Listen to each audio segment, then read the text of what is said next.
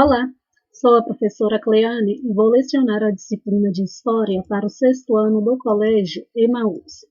Pessoal, nesta aula eu vou fazer a correção das atividades do livro de História, página 157, e as atividades complementares que eu deixei na aula anterior para vocês fazerem. Lembrando que na aula anterior nós estudamos sobre os Jogos Olímpicos que aconteceram na Grécia Antiga, que aconteciam na Grécia Antiga e que foram trazidos aqui para a nossa atualidade, e também estudamos um pouco sobre a religião dos gregos antigos. Vamos iniciar então com o livro, a página 157. Número 1. Complete o quadro abaixo. O quadro abaixo ele está falando, gente, sobre as guerras médicas e sobre a guerra do Peloponeso. Então está falando quais são as guerras e pedindo as causas do conflito e as consequências para as cidades gregas. As guerras médicas foram lutas travadas entre gregos e persas, os medos, Consequência para as cidades gregas. Houve uma organização militar dessas cidades, que foi a Confederação de Delos, Várias cidades se juntaram a Atenas para se organizarem e conseguir expulsar os persas. A partir desse momento, Atenas passou a exercer liderança sobre as demais cidades gregas.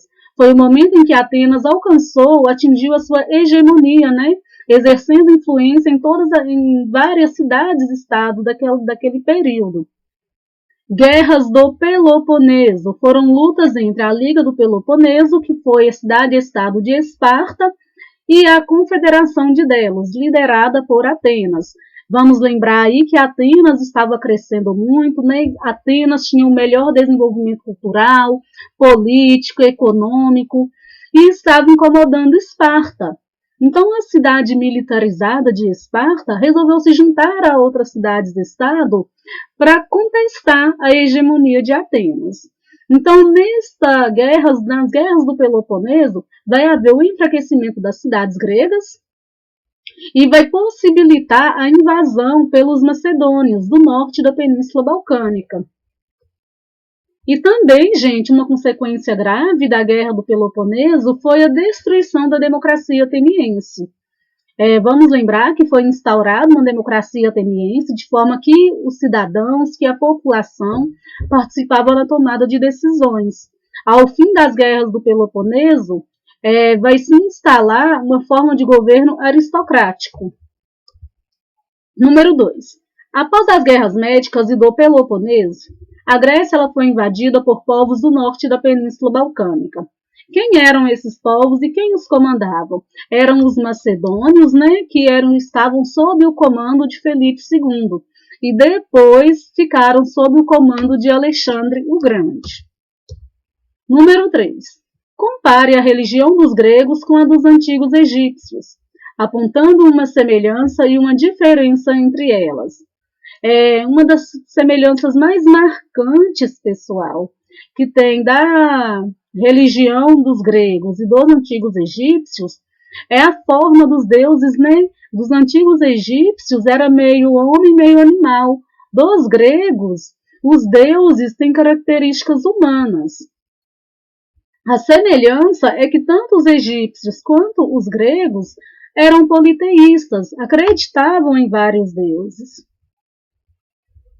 Diferença: os deuses egípcios eram representados sob a forma animal e humana, enquanto os deuses gregos eram semelhantes aos seres humanos, não só no aspecto físico, mas também no comportamento.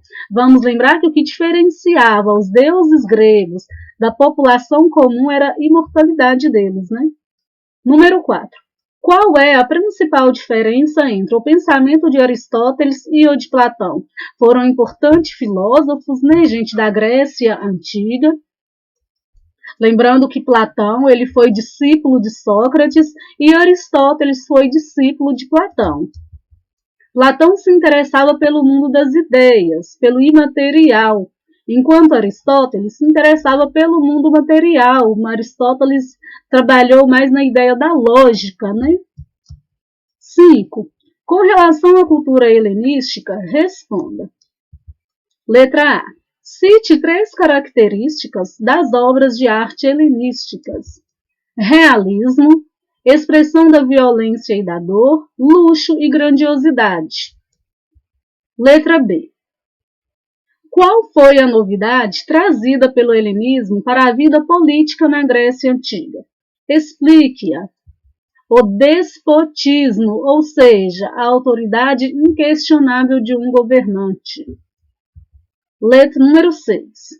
Leia a seguir o trecho da Constituição brasileira que define o funcionamento da nossa atual democracia. Esse trecho da Constituição brasileira, gente, é o capítulo 14 dos direitos políticos. Nesse trecho da Constituição brasileira está falando o seguinte, está falando sobre o direito ao voto, sobre os direitos políticos. No artigo 14 diz o seguinte, a soberania popular será exercida pelo sufrágio universal e pelo voto direto e secreto, com valor igual para todos. O alistamento eleitoral e o voto são obrigatórios para os maiores de 18 anos, facultativos para os analfabetos, os maiores de 70 anos, os maiores de 16 e menores de 18 anos. Não podem alistar-se como eleitores os estrangeiros, exceto os naturalizados. E durante o período do serviço militar obrigatório, os conscritos. Conscritos, gente, é a pessoa alistada no exército. Naturalizada é aquela pessoa que, nascida no estrangeiro, optou por obter a nacionalidade de outro país, no caso, a brasileira. Então, está perguntando o seguinte, letra A. Quem é obrigado e quem não pode votar no Brasil atualmente? Homens e mulheres que são obrigados a votar. Quem não pode votar, pessoal, são os estrangeiros, tá bem? Quem tem o direito de escolher se vota ou não? Os analfabetos, os maiores de 70 anos e os maiores de 16 e menores de 18 anos, que o voto é facultativo, a pessoa pode escolher. Número 7.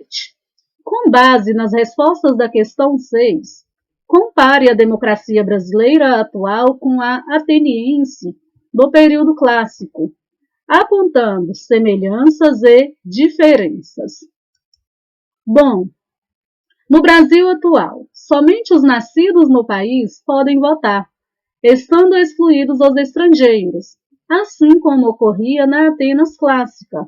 No Brasil, os estrangeiros naturalizados têm direito ao voto, enquanto em Atenas, mesmo que morassem durante muito tempo na cidade, os estrangeiros não podiam se tornar cidadãos. Além disso, pessoas de todas as classes sociais, incluindo as mulheres, podem votar no Brasil atual, enquanto na Atenas clássica só tinham direito a voto os cidadãos homens. Então, aí a gente consegue perceber as diferenças das duas democracias, né? No Brasil, todos têm direito a participar efetivamente da democracia.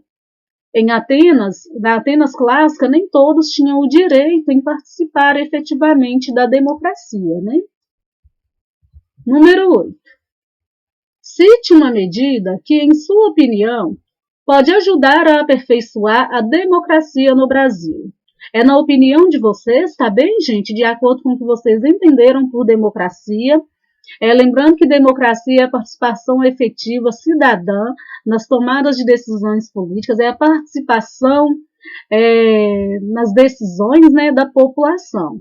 Então, eu trouxe aqui apenas uma sugestão. Escolher conscientemente os candidatos em quem votar, cobrar do representante os compromissos assumidos em campanha, participar dos debates e ações que dizem respeito à comunidade em que vive, entre outros. Então, a democracia é sua participação ativa, é você praticar a sua cidadania. A democracia não é simplesmente você saber que você pode votar, que você pode eleger o seu candidato. A democracia é essa participação ativa da população na sociedade. Número 9. Observe a reprodução da escultura Laconte e seus filhos da página 151 e depois responda as questões abaixo. É essa a imagem que está pedindo para observar. No período helenístico, a arte grega tornou-se mais realista, exprimindo violência e dor, componentes constantes dos tempos de guerra. Na arquitetura, predominavam o luxo e a grandiosidade, reflexo da imponência do Império Macedônio. Na escultura, turbulência e agitação eram os traços mais significativos. Observe que é como se as pessoas estivessem se movimentando e tivessem se congelado no movimento.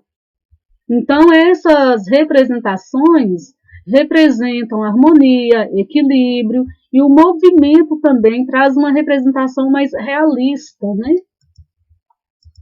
No letra A.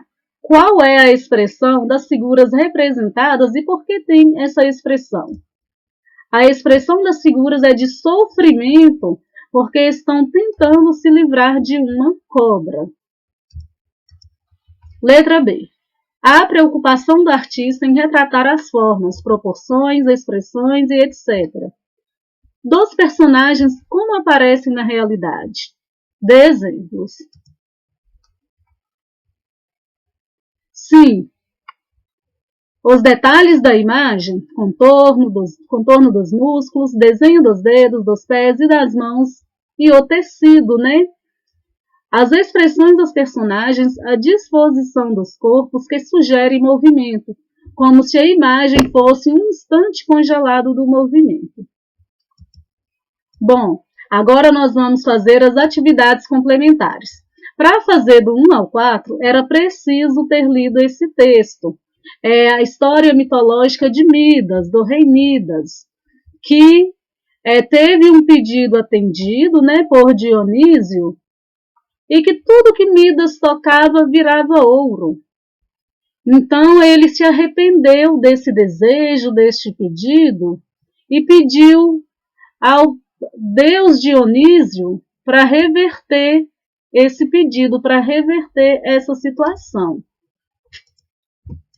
Número 1. Qual foi o pedido feito por Midas a Dionísio?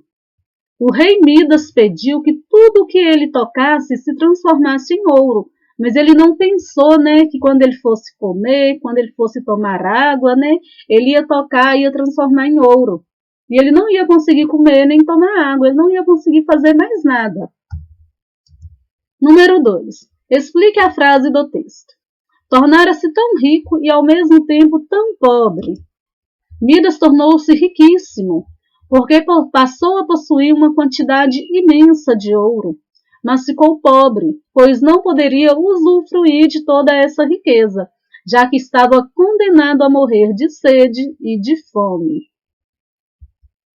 3. De qual sentimento humano trata este mito? Trata da cobiça, da ambição, do desejo de enriquecer, né? Número 4. De acordo com o mito, esse sentimento trouxe benefícios ou malefícios ao rei Midas? Justifique sua resposta. Trouxe malefícios, pois, querendo enriquecer a todo custo, o rei acabou pondo sua própria vida em risco. Ele não pensou nas consequências, né? Número 5. Como a religião na Grécia Antiga era caracterizada? Ela era caracterizada pelo politeísmo antropomórfico. O que quer dizer isso? Os reis tinham formas humanas, eram semelhantes aos humanos. Como nós já vimos, né? Os reis gregos, deuses gregos, eles vão se diferenciar dos humanos apenas pela sua imortalidade, mas eles vão ter sentimentos, vão ter conflitos entre família, como todo ser humano. Número 6. Quais as diferenças dos Jogos Olímpicos antigos para os modernos? Se preciso, faça uma pesquisa.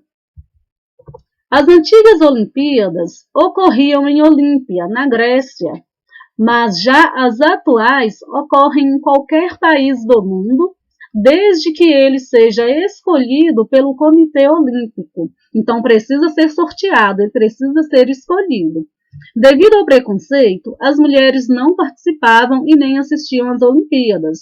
Mas atualmente elas estão inseridas, né? Elas são permitidas a participar dos Jogos e também a assisti-los. Existem mais modalidades olímpicas atualmente que antigamente. Antigamente existiam apenas 8 modalidades. A premiação antigamente também era uma coroa de louros. Atualmente a premiação é em medalhas de bronze, de prata e de ouro. Então atualmente existe primeiro, segundo e terceiro lugar. Bom, pessoal, finalizamos a nossa correção. Na próxima aula vamos iniciar um novo capítulo. Bons estudos para vocês, até a próxima aula e lembrem-se, juntos no caminho certo.